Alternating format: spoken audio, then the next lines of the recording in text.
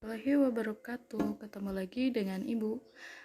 Sekarang Ibu akan ngebahas dulu pertanyaan-pertanyaan dari kalian di minggu kemarin yang mungkin belum paham gitu. Nah, yang pertama ada dari Anis Andriani.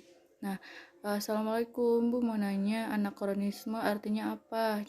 Jadi, anakronisme itu ketidakcocokan dengan zaman tertentu.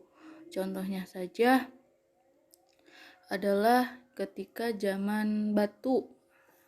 Tahu kan zaman batu? Jangan. Mungkin ada yang tidak belajar ketika MTS-nya ya. Misalnya gini, ketika zaman proklamasi kemerdekaan Indonesia 1945. Nah, agar sejarah proklamasi kemerdekaan itu dapat diuraikan, dapat diurutkan waktunya. Nah, harus ada kronologi, harus dikronologiskan dulu, harus diurutkan dulu gitu.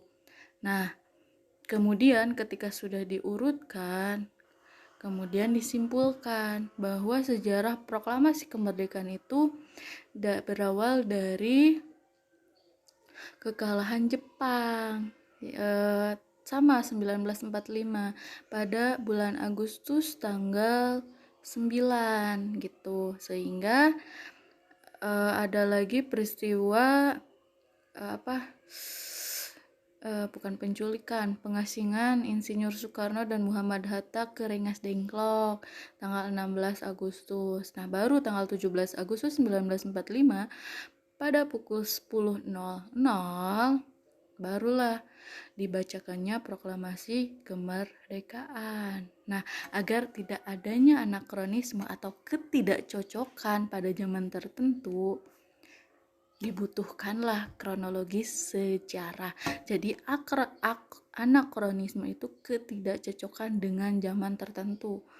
Misalnya sejarah proklamasi kemerdekaan malah ngebahasnya tentang itu kebanyakan ngebahasnya tentang Perang Dunia Kedua. Nah, itu kan berarti adanya anakronisme kayak gitu. Paham? Ada lagi pertanyaan dari Hadi. Pelajaran apa aja sih Bu yang dapat kita ambil dari sejarah Indonesia? Banyak sih. Contohnya, satu, sosiologi. Sosiologi itu kan kebanyakan ngebahas tentang sosial ya, masyarakat ya gitu.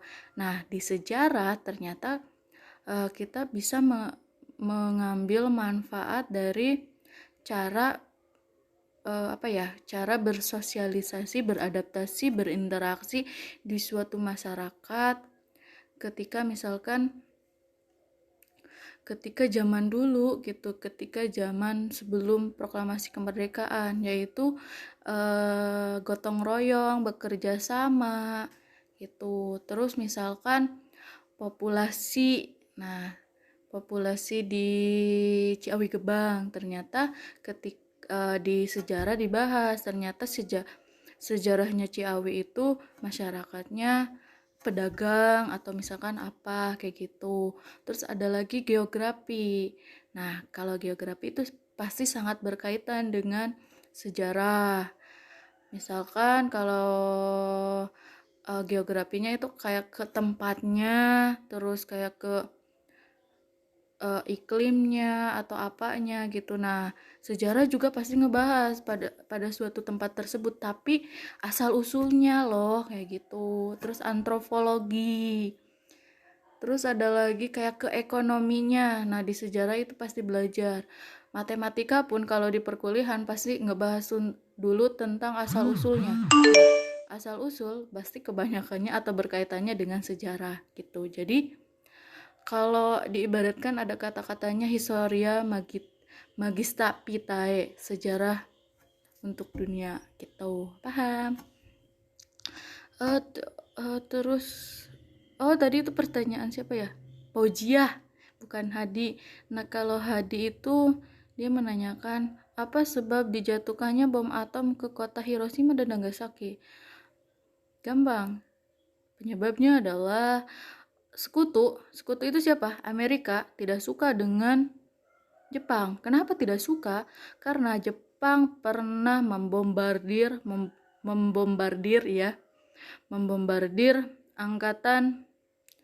angkatan darat paling besar di Amerika gitu. Nah, karena kecewa sudah dihancurkannya angkatan perang Amerika, sehingga Amerika membalas dendam kepada Jepang, yaitu dengan dijatuhkannya bom atom di jantung kotanya Jepang, yaitu Hiroshima dan Nagasaki gitu. Pada saat itu juga 1942-an ya, 42, Jepang itu merasa bahwa dia itu hebat gitu. Dia itu hebat, dia harus menguasai dunia, terutama harus menguasai Asia. Kenapa? Karena Jepang telah menciptakan bom atom, telah menciptakan sebuah alat perang yang sangat canggih yang bisa mengalahkan Amerika. Kayak gitu. Makanya Amerika atau sekutu itu membalas dendam, yaitu dengan dijatuhkannya bom atom ke kota Hiroshima dan Nagasaki. Nah, dijatuhkannya bom atom ini adalah disebut Perang Dunia Kedua, berakhirnya Perang Dunia Kedua gitu. Kalau kalian belum paham, nanti kalian baca-baca aja tentang Perang Dunia Kedua gitu. Terus lanjut lagi, udah ya. Pertanyaannya udah, Mutia, Lilis, Slide chat, udah. Nah, segitu yang nanyanya. Terus kita lanjut saja di bab 1 ini. Kemarin kita udah ngebahas tentang cara berpikir kronologis ya. Apa yang dimaksud dengan cara berpikir kronologis? Kalian harus ingatnya kronologis. Kronologis itu biasanya di berita atau kayak kriminal gitu. Si polisi harus membutuhkan kronologis. Berarti urutan waktu. Nah, kalian ingatnya gitu. Kronologis itu artinya urutan waktu. Kemudian kenapa sejarah membutuhkan kronologis? Yaitu untuk mempermudah kita dalam melakukan rekonstruksi terhadap semua peristiwa masa lalu dengan tepat, agar tidak terjadinya anakronisme atau ketidakcocokan zaman tertentu gitu. Jadi untuk mempermudah si kronologis ini dibutuhkan sekali dalam sejarah, agar si peristiwa sejarah itu diuraikan dengan tepat dan sangat tepat sekali gitu. Terus kita ngebahas lagi tentang diakronik. Dia itu sesuatu yang melintas, melalui, ya kan? Nah, kalau kronosnya yaitu waktu. Jadi diakronis itu adalah sesuatu yang melintas, melalui, dan melampaui dalam batasan waktu. Contohnya adalah kayak penjajahan, kolonialisme, yaitu Belanda menyerah kepada Jepang di mana? Di Subang, Jawa Barat pada tahun 1942 pada bulan Maret. Nah, yang dijadikan batasan waktunya adalah pada bulan Maret 1942.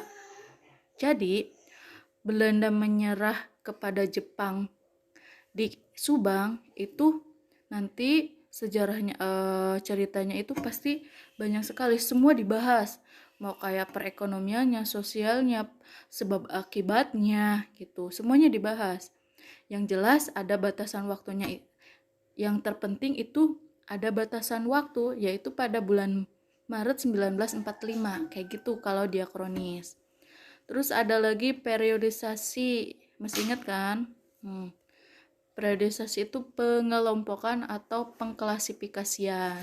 Contohnya adalah, ada yang nanya, Bu, apa sih yang dimaksud dengan periodisasi sejarah Indonesia, cenah gitu. Jadi, gini, adanya Republik Indonesia pasti ada sejarahnya, ya kan? Nah, periodisasi atau pengelompokan sejarahnya, pengelompokan peristiwanya, itu ada beberapa macam.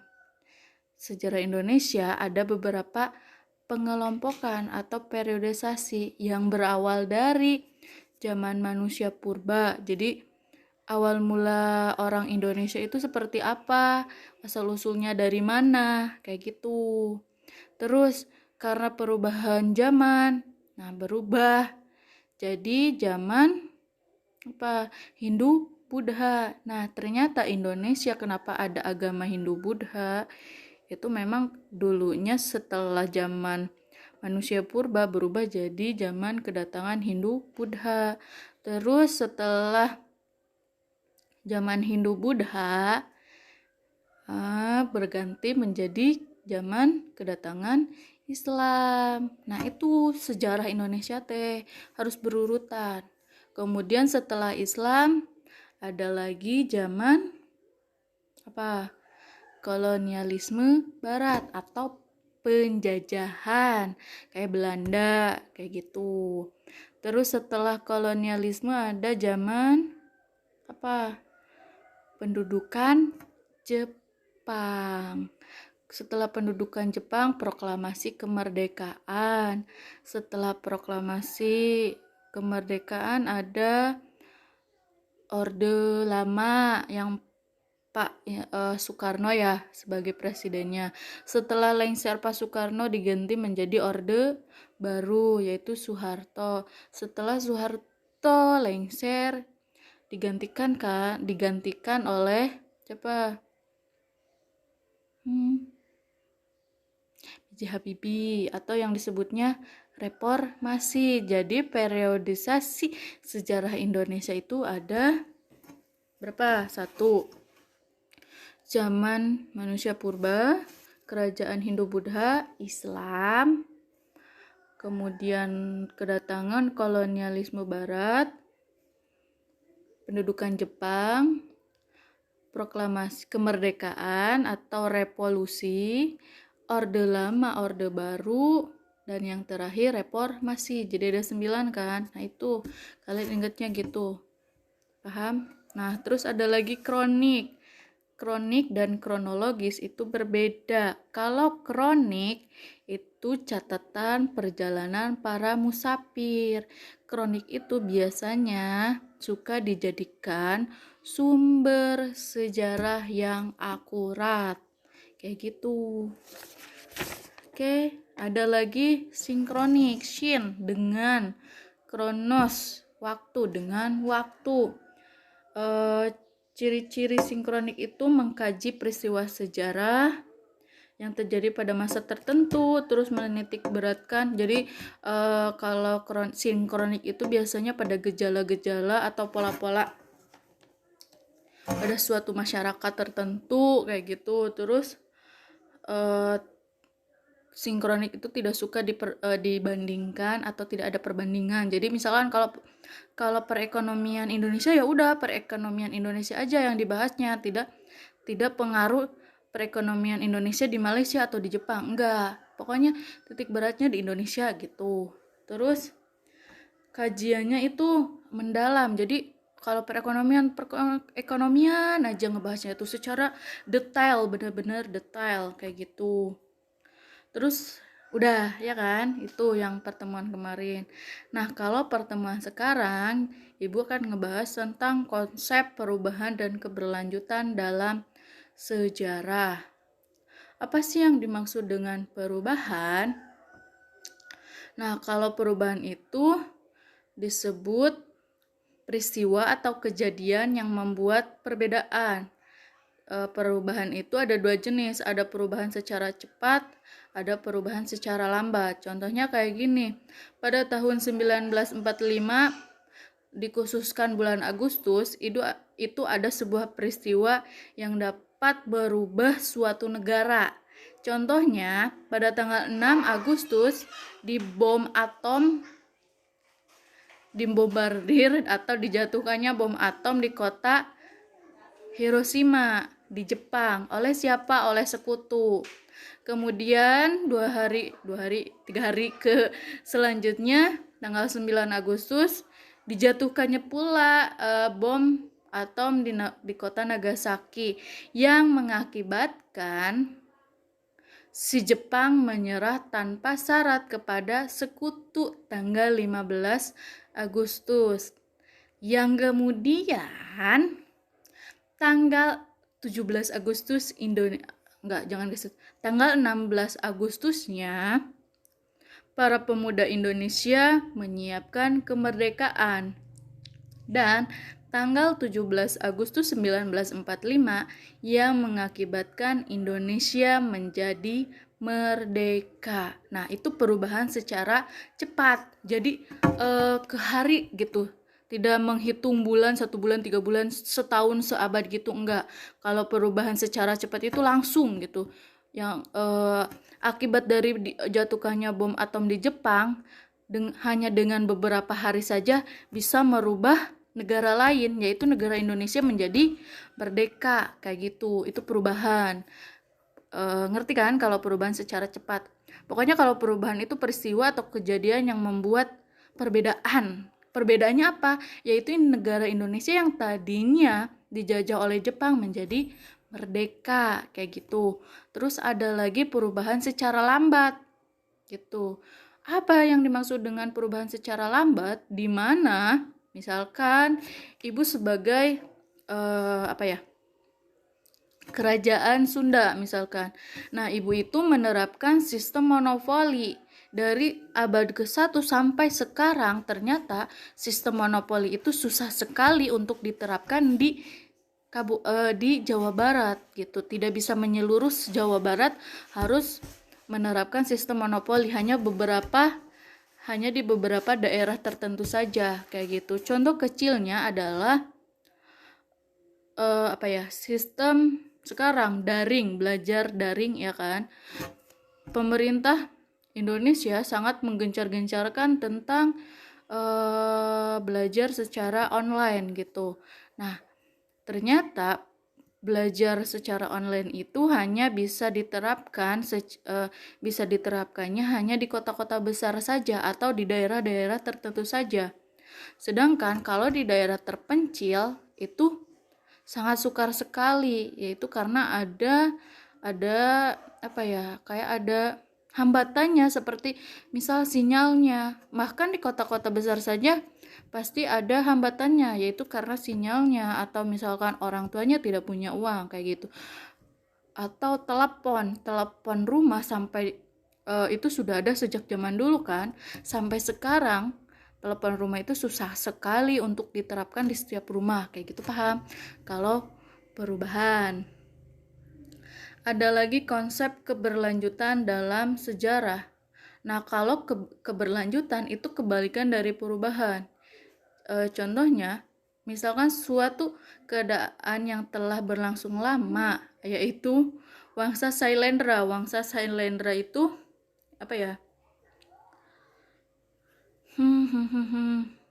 dia itu seorang pemimpin dari Majapahit ya, kalau nggak salah. Nah, dia berkuasa di Jawa selama 250 tahun.